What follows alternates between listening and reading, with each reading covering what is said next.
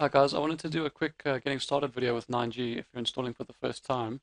So what we're going to do is we're going to get straight to it. So we want to go to the forum um, or the site 9gsoftware.net/community, and I'll actually send a direct link in most welcome packs that I send out. But if you navigating there without a link, you want to go to the forum. At the moment, the latest release is inside of the beta thread and workshop. Um, you want to go to, so when you come in here, it's just a host of threads with the different releases. You want to find the latest. In this case, it's 110, so you want to click on that thread. And then what I'm doing is the very first post contains all the information about the release as well as the download links, etc. And then it will also contain interim releases for that particular release. So this release is 110, and there's been a couple of interim support releases since, and currently available to download is 110B.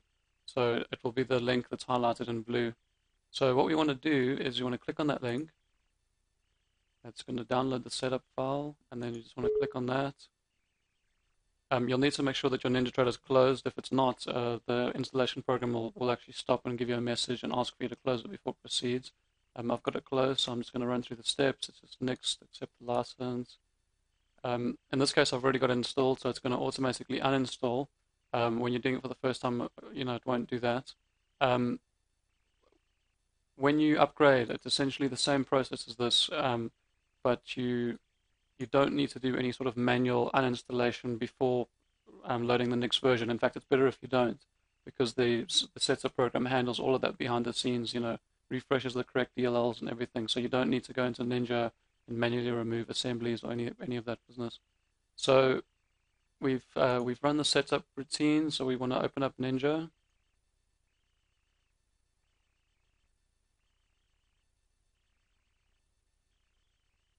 And I've set up my Ninja at the moment so that it's got a blank workspace as it would appear for the first time, loading in. We're just going to walk through the few first-time steps that need to be carried out when you install 9G for the first time. So my Ninja, I have my account connection set to automatically connect on startup, so I don't have to carry out the extra connect sequence. So what you see the first time you load up after you've installed the pack is, if I go to this new menu, at this point in time, it's just a standard Ninja icons. So what we need to do here is, in order to get 9G activated for the first time, is you open up a chart, and you can choose any instrument. We just need a chart. It doesn't matter, interval, whatever you want to choose. You just get the chart open. And this is essentially just a way of getting the launch sequence to take place so that we can launch 9G inside of Ninja. Unfortunately, there's no sort of plug-in area to do this, so the only way to actually launch an external DLL like this, 9G, is to do it through this method. So I'm going to look for 9G. So essentially what I did there, I think everyone will know this step, is you right-click on the chart, you choose indicators. Inside of the indicator box, you want to scroll down and you want to find the indicator called 9G, highlight it, click new. And this is an important step here. This disabled, you need to change this now to false. If you leave it as true, it's not going to load up, and that is there to allow a sort of a manual override to actually stop 9G from loading at all within Ninja. Because once you've installed it and you've got the set, it's going to load every time on startup.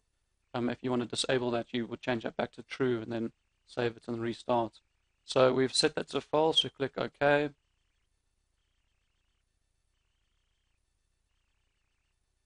And now that will be 9G loaded up. So going forward, what you'll do is you just minimize this chart and then you can forget about it. I mean, you can use it if you want.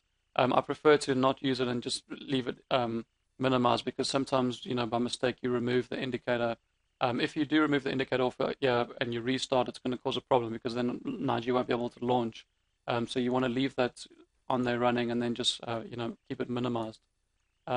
So what you'll see now is, if you click on the file new, you've got 9G settings now exists over here in the new tab, and that allows you access to the 9G settings panel. So one other installation step I'd like you to do is just go to Utilities, click on this Remove Ninja Script Assembly, and just ensure that you can see this here clearly. If that's there, then the installation to this point has gone smoothly. So if that's there and you can see this, then essentially everything is run through. So what you want to do next is you can click on 9G settings. By default, the global skin is a dark color. You can change this to the light settings. There's two at the moment. We're going to leave it for dark. I won't go into changing all other settings. I'm just focusing this on the the installation steps. So the first thing that anyone will want to do coming in here is open up your first dome. So these are the available nodes. To open up a dome, you want to drop down the workspace node. By default, you're going to have this 9G workspace. That's the system default. And now to add your first dome, you want to have that highlighted and click add so that it will add a dome to that workspace. So when we click add, it's opened up a dome for us, and that's based on the default 9G form specification. A form spec is like a skin. It's called a form spec because it's slightly more involved. It doesn't only cover the styling aspects of it, but it covers the full interaction of the dome. So within a specification, you can design, as well as the front end layout, you can design the interaction in terms of how orders are placed, cancelled, alerts being placed and cancelled, and all of those things. So yeah, that's how you get the dome up for the very first time. If you want to add another dome, you can highlight there and click add. So adding multiple. Once you've got a dome up, you can navigate from the dome. Yeah, that's essentially the steps to go from installing for the first time to getting your first dome up. If you want to see further videos on actually changing the form specifications and doing customization, and then please have a look for the video on using form specs for the first time. Thanks.